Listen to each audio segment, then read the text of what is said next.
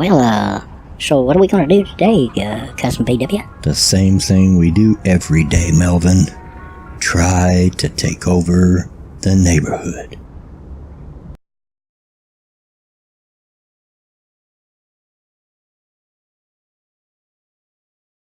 Hey y'all, Bloodwing here, back to bring some grumpiness to your internet, and back for another episode of An Old Fart's Perspective, which is a small series that I do generally to take a look at points in history and apply them to how they apply to us today. Today will be a little bit different. I generally just want to look at the historical facts of a particular period of time, that being isolationism in the U.S. Now, you may ask yourself, well, how did you get this on your mind? Well, recently, on Twitter, Lauren Southern posted this tweet. And I'll read the tweet. Art from 1914 USA. When the U.S. Congress had no interest in foreign wars and the pop and leadership were isolationist, history was rewritten. Now, you can't really see the art very well, but I did find a copy of it. We'll look at it a little closer here in just a second. But I became aware of that because I don't follow her. And let me say that this is not white knighting for Lauren. It's not trying to prove her right. It's not trying to prove her wrong. I am ambivalent about Lauren. I'm not a fan. I'm not a hater. Don't care.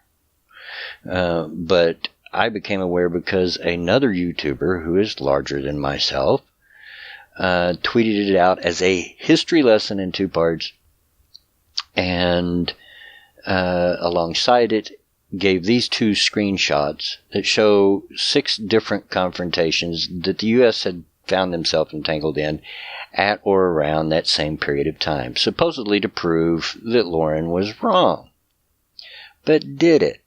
And that's what we're going to take a look at today. At surface, it looks like it did. But once you dig deeper, I think you'll realize that, these really weren't good examples to prove what she was saying wrong.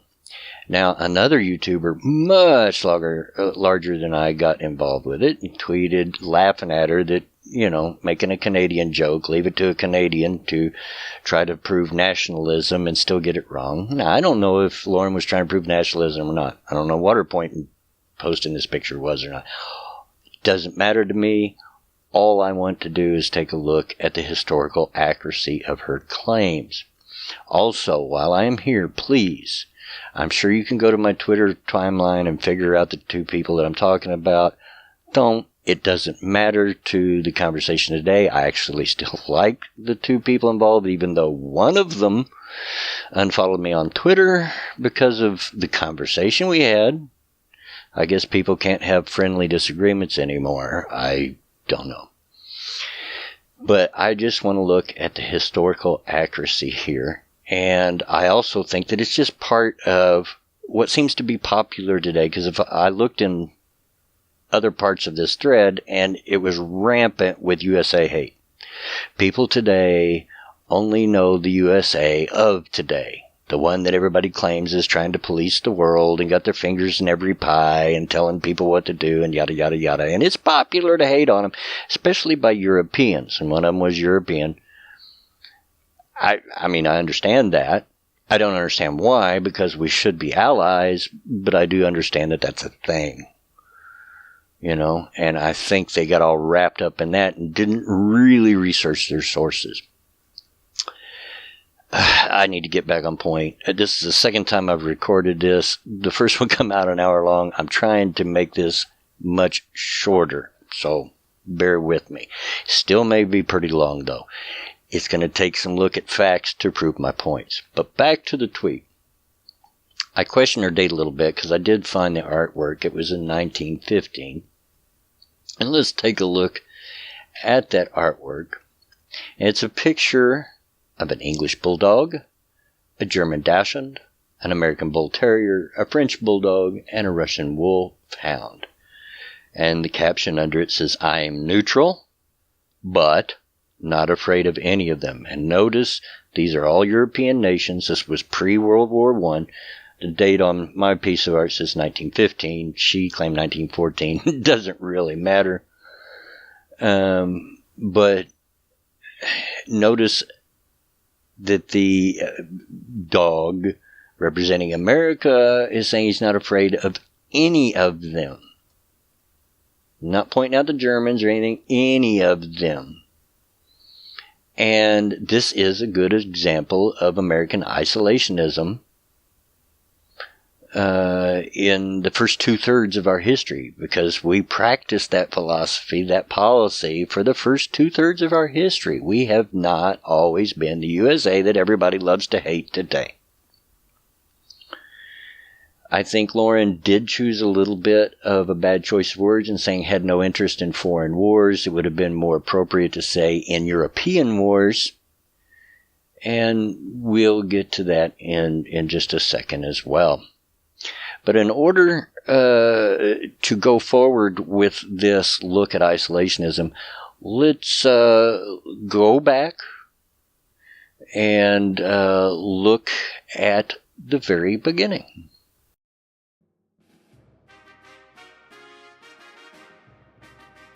Now, as I get started in explaining what isolationism in the United States was during that period of time, let me point out, as always, please research this for yourself. Do not take my word for it. And this would be a very easy one for you. All you have to do is type in isolationism before World War II, and you will get page after page after page of legitimate sources. It's one of the easier things to look up, and there's a lot of good sites. I'm going to list a couple of them down below that I used in the making of this for reference. That is by no means exhaustive. As a matter of fact, one of the sites, the ushistory.com one, I'm going to be using as a outline. If you want to follow along, I'll be making direct quotes from it in certain places, but pretty much just skimming it and trying to give a brief overview. But it's a very good article, very good page. So go look at it yourself. And as far as the wars, and I have checked those sources when we get into looking at those conflicts and wars, Wikipedia in this case is a fairly good source. I've checked all the sources. It is historically accurate. And that, after all, is all we're looking at here is the facts. So, isolationism. And that term refers to America's long-standing reluctance to become involved in European alliances and wars. Now, that is important. That is the point of contention here: European alliances and wars. Okay, isolationists held the view that America's perspective on the world was different from that of European societies, and I believe that still holds true. And that America could advance the cause of freedom and democracy by means other than war. American isolationism did not mean disengagement from the world stage. Isolationists were not averse to the idea that the United States should be a world player, and even further its territorial, ideological, and economic interests, particularly in the Western Hemisphere. It's important to remember that. That, after all, was what Lauren was trying to point out in that picture. Those were all European nations that she was holding in that picture. And that's the type of isolationism that we are talking about. Now, you can say, well, that's not strict isolationism. They still got involved in stuff, and you're right. But it was all things in our own neighborhood, in our own Western Hemisphere. There's a lot of things about the United States which I think kind of adds to why Europe, by and large, doesn't understand us. One is our distance. We're in a completely different hemisphere. And at the time of the start of the United States, that was indeed a great distance given the mode of travel that they had available at that time. The other is our size. It is much larger than anything that they have a reference to personally.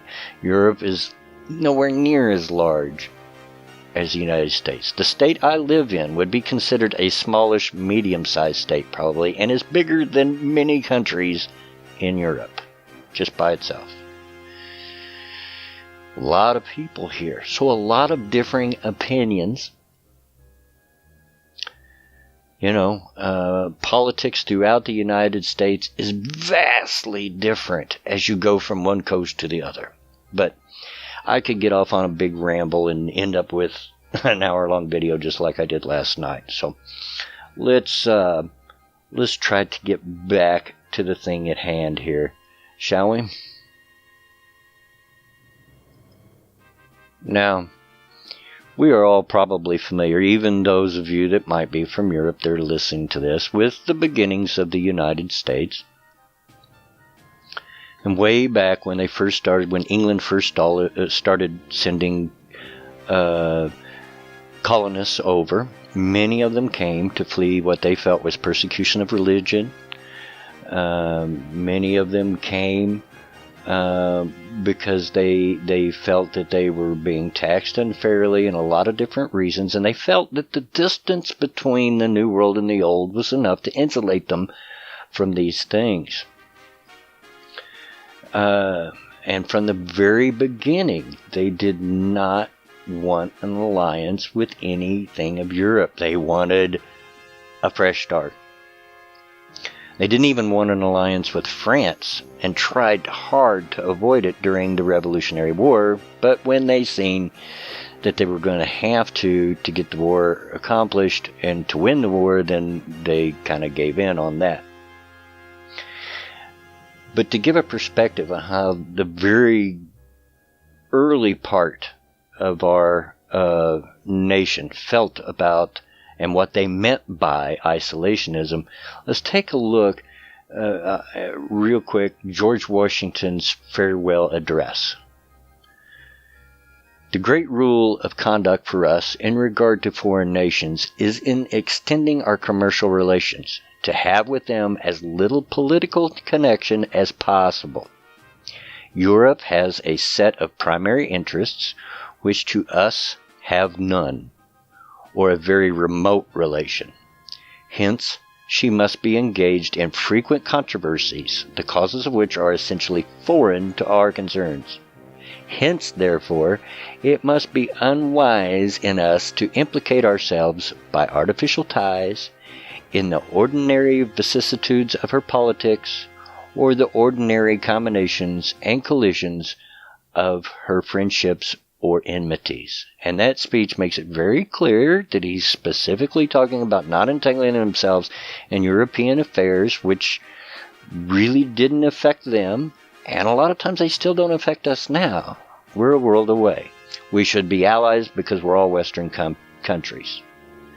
But there are things that affect Europe that just don't affect us, even today, because we're a world apart. The world is much smaller today than it was in Washington's day. We have the internet and everything. The world's a very small place today. But still, there are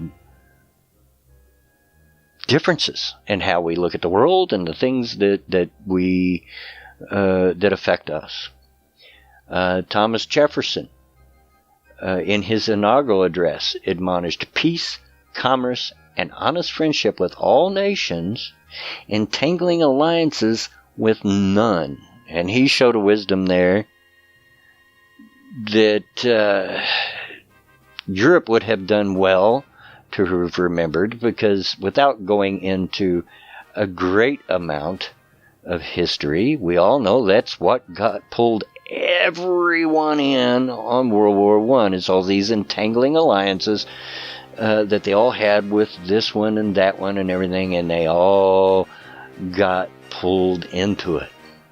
But by and large, the United States did remain politically isolated all through the 19th and through the beginning of the 20th century, which was an extremely unusual feat for the in Western history, and probably because of our geographical position, which, even in this small world that we live in today, is still a long way apart. kind of insulates us from a lot of things that affect Europe. Just look at the Muslim incursion now that's going on in Europe, if you want an example. But that was their policy, to stay unentangled in European affairs. And all through the 1800s and all through up to and leading into World War I, the U.S. was successful in not getting entangled in European alliances and affairs. Did we start to be put together an empire throughout the Caribbean and the Pacific? Yes. But we did so without departing from the traditional perspective. We fought in the War of 1812, the Mexican War, and the Spanish-American War during that period without alliances or fighting in Europe. Didn't happen. We held to that. We stayed in our own backyard. Isolationism, as it applies to America, doesn't mean we didn't have our fingers in some other things, and we'll get into that more as we look at those conflicts and wars. But that's true of every Western nation. Hello, England and your colonial empire.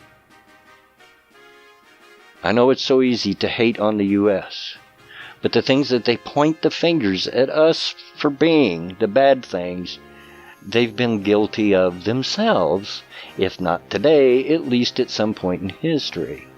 So, again, I really don't understand this hate of the U.S. sometimes.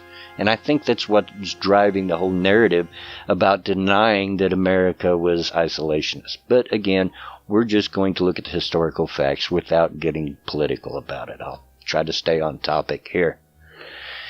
But the isolationist point of view remained through that period. In that period, you also had James Monroe, the president at the time, who gave voice to what would later become the Monroe Doctrine, which stated that in the wars of the European powers, in matters relating to themselves, we have never taken part, nor does it comport with our policy so to do. They did not want involved. And they were successful in that. But they did get involved in some things in our own backyard, in our own neighborhood, right here in the Western Hemisphere. So that's a good time to break away, and let's look at those 6 conflicts that were listed as supposed proof that we weren't isolationist.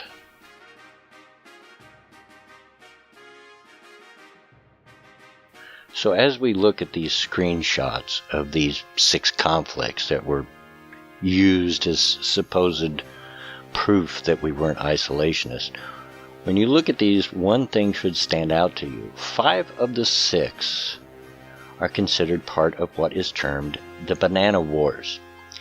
The Negro Rebellion, occupation of Nicaragua, occupation of Haiti, the Sugar Intervention, and the occupation of the Dominican Republic were all considered part of the Banana Wars. And actually, the Mexican Border Wars are considered by some historians to be part of that.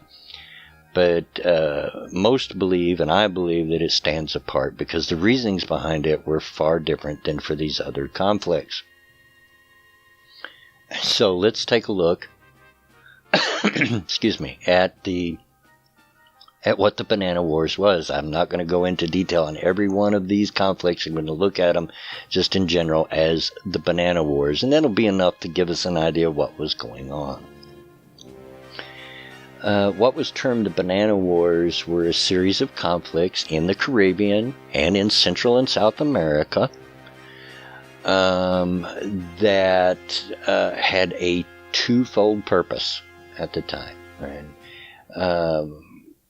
The motivations for them were largely economic and military. Okay, the economic part is because fruit companies, in particular United Fruit Company, which was a very large employer and money maker at that period of time, had major financial stakes in all of these countries, in exporting bananas and tobacco and sugarcane and other types of fruit. Also at play was maintaining control of the recently built Panama Canal. Now, that is even today a major shortcut from one coast of the United States to the other, so that they don't have to sail all the way around South America. So it wasn't just America that benefited from this, but any trade partners, or anybody that used it. It was a major naval shortcut to get from one coast to the other, or get to the other side. And that was definitely at play during these conflicts. Now notice, none of them involved any European powers.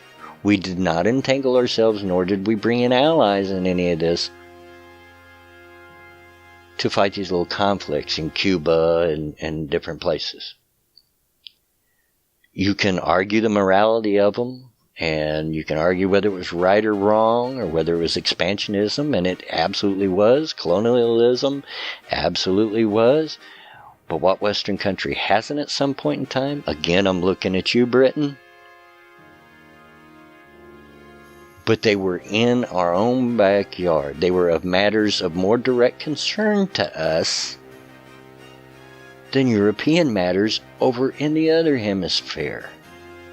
So this is still within keeping within the isolationist ideology. We're just concerning ourselves with things that happen here. Whether it was moral or right, that's an argument for another time, and that's not the purpose of this video. But the fact of the matter is, they were right here in our own, air quotes, backyard, and of things of direct interest to the American people and the American government. So, given that, those 5 conflicts can just be thrown right off as being an example that we didn't. As we've already discussed, isolationism didn't mean we didn't have our fingers in some pies and we didn't expand our area of influence. It just meant that we did not get ourselves entangled in European affairs. And there's nothing there that shows that we did. The picture that Lauren showed specifically showed European nations that we claimed at that time we weren't afraid of. So far, I think you'll find that she's right. Now you might say, well, Bloodwayne, you're splitting hairs, and no, I'm not really. I'm pointing out what isolationism meant as applied to America from its beginning through the first 2/3 of its existence, up until World War II. Well, actually after World War II, when the philosophy completely changed. But let's, enough of that. Let's take a look at that Mexican border war and see if it belonged in this list.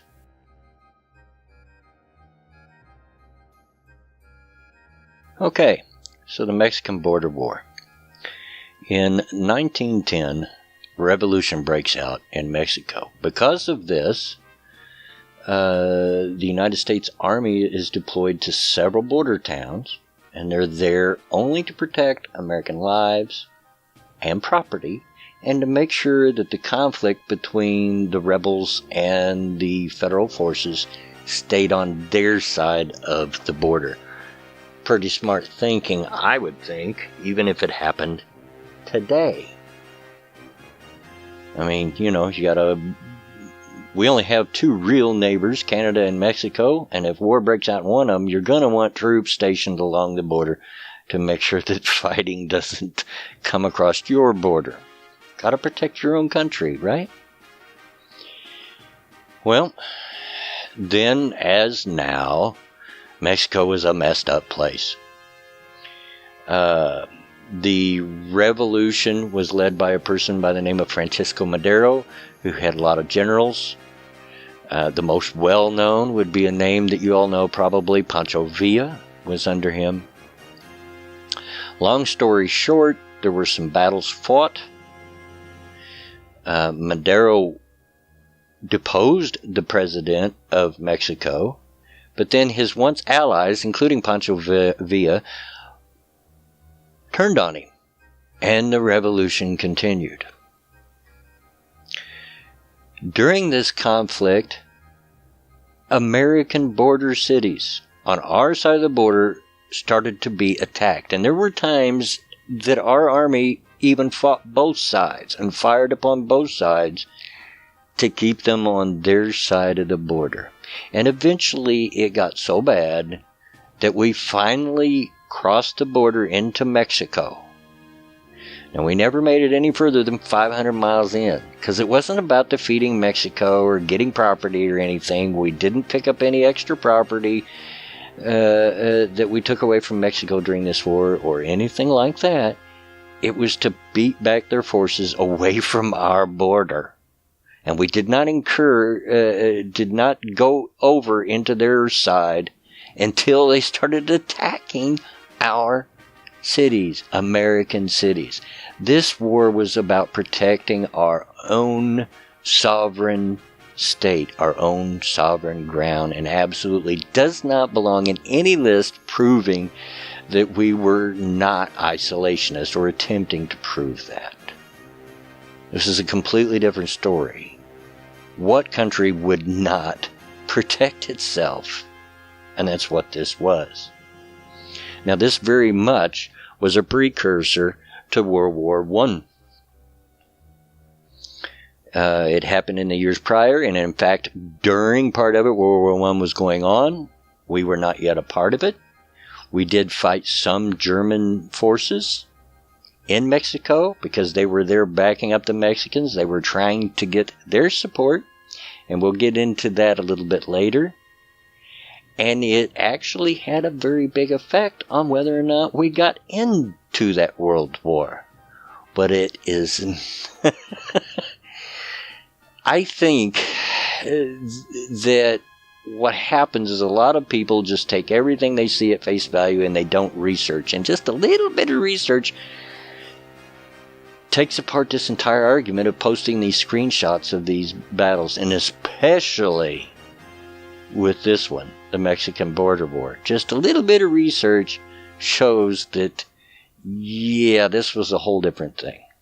But anyway, now that we've learned a little something about the Mexican border wars, let's look at World War I, our first real instance of breaking away from our isolationist philosophy.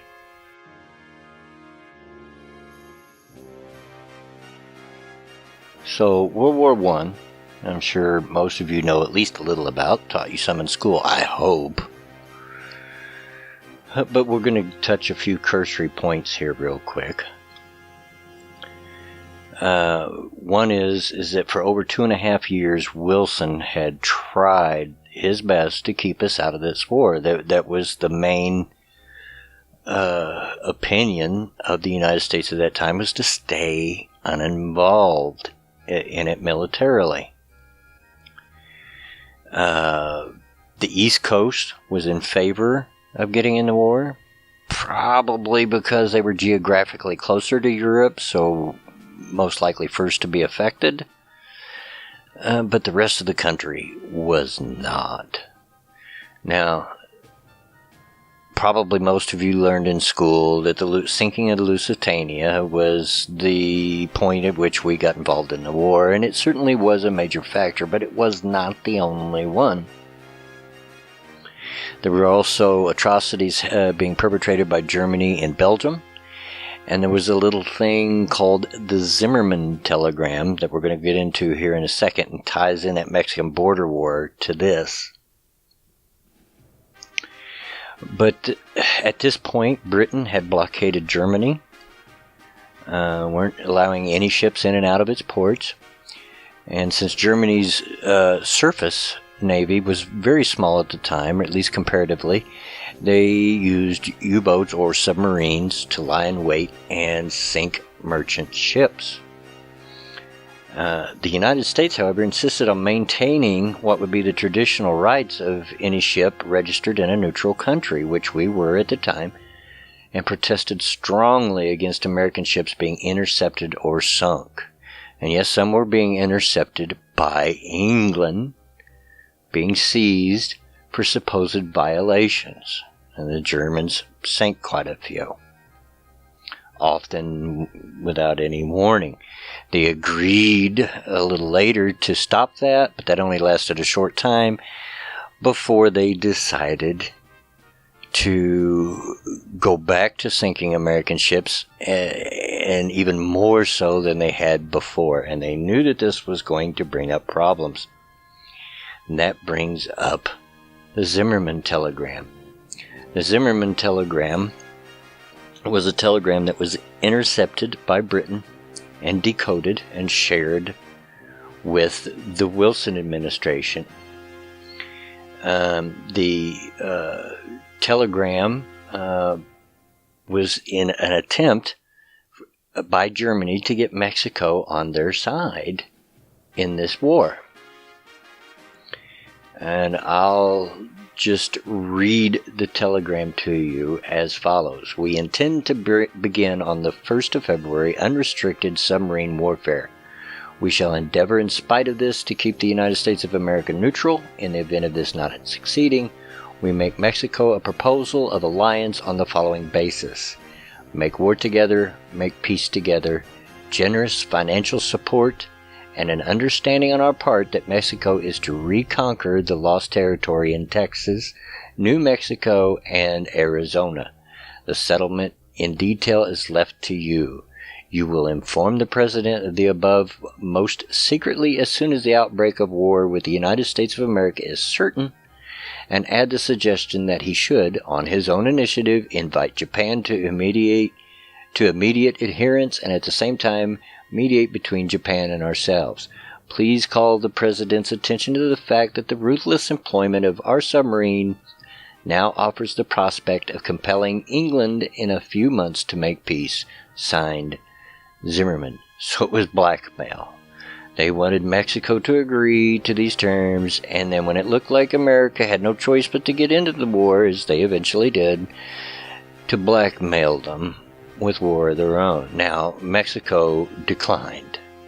One, they were not so stupid that they didn't realize that our forces were far superior to theirs at the time. The promises of the financial support was very unreliable. And one of the biggest factors that even by some chance they might be able to defeat the army, in order to retake these territories, they would have had to fight a populace, an English-speaking populace, that was better supplied with arms than most populations, that being Americans. We do love our guns. So yeah, nothing like blackmail to change people's opinions. The Wilson administration gave this over to the press, who then printed it, and immediately the American public opinion changed, and we entered the war. Now, as soon as the war was over, opinion went right back to isolationism, because the loss of American life, which up to that point was the most since the American Civil War, was an atrocity. It was unthinkable, and it just really affected people. And we've seen things like chemical warfare and whatnot, atrocities that had before been unseen, and people did not want to get back into that. But let's go ahead and take a look at the period from here up into and past World War II.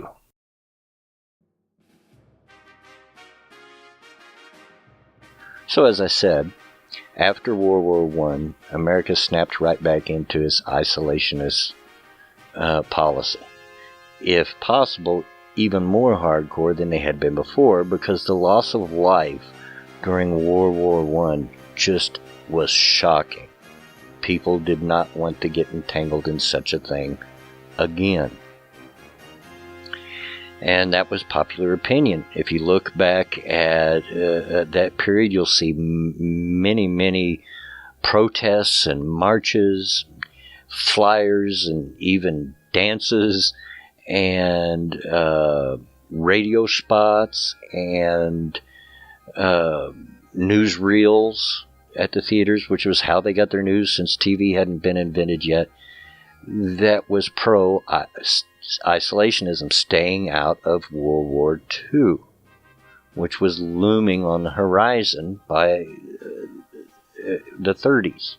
It's just a few scant years, really, after the end of World War I. It was still very fresh on Americans' minds. So they did not want involved.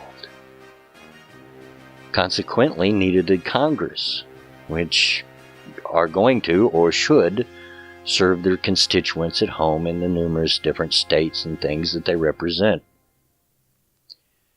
FDR wanted to get involved, but he knew he could not. He had to acquiesce. He had to give in because he wanted his New Deal passed by Congress, and in order to get that passed, he was going to have to give in to the isolationists.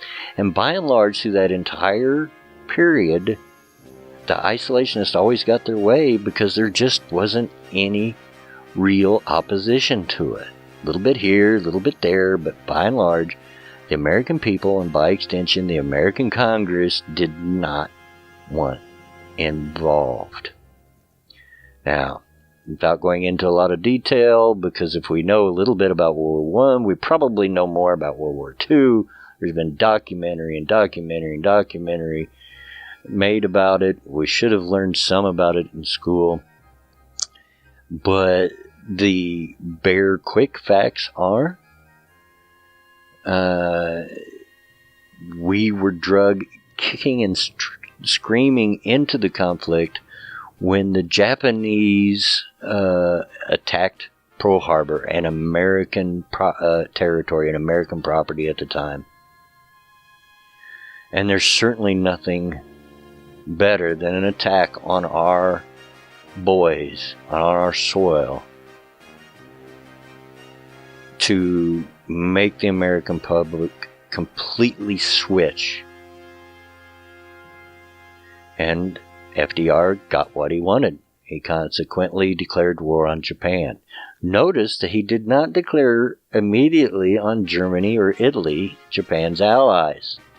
It wasn't until 4 days later, when they declared war on us, that he could reciprocate. He was still trying to follow their ideals of isolationism from European conflicts.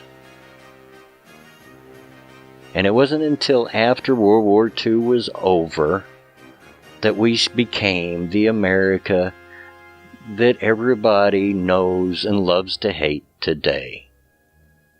So if you want to blame somebody, blame the Japanese for, I've heard it termed, waking the sleeping giant. We were perfectly happy to stay in our own backyard and not entangle ourselves with affairs in the other hemisphere. We were perfectly happy to stay over here. But that, as they say, is that. So, what have we learned? Hopefully, if I've done my job, you've learned that America indeed was isolationist. They did not involve themselves in European affairs and tried very hard to stay out of it. They tried their best to remain neutral. And when that finally broke, it was only because we were drug into it. In World War I, by Germany's practice of sinking our ships and by trying to get our neighbors to attack us. And in World War II, by Japan attacking Pearl Harbor. And after that, the American public perception changed. We didn't want to be left open like that anymore, and we started taking a more active hand on the world stage, and it brings us up to today. So, was Lauren right? Yes, we were isolationists. Was she right about that history was rewritten, as she said in that tweet? It certainly was. The script flipped. The United States went from a predominantly neutral country to a superpower. So she was not wrong. As I said before, my only complaint about this is she probably should have used the word European instead of foreign, because it's a little bit misleading as to what isolationism or the policy of isolationism meant here in America. Hopefully we've also learned that America during this period did nothing more than any other Western country could be found guilty of in meddling in affairs in our own vicinity. And the whole reason I made this isn't about policy, it isn't about politics, it isn't about ideology, is because, like I said, I don't care about Lauren. I don't care if she was trying to make a point about nationalism or something with that tweet. I don't know. Don't care.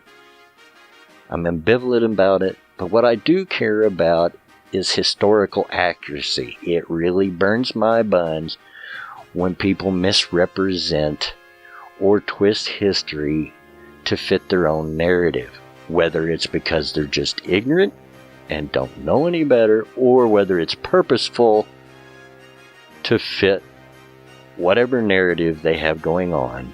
I hate it. I'd like to see it stop, but it won't.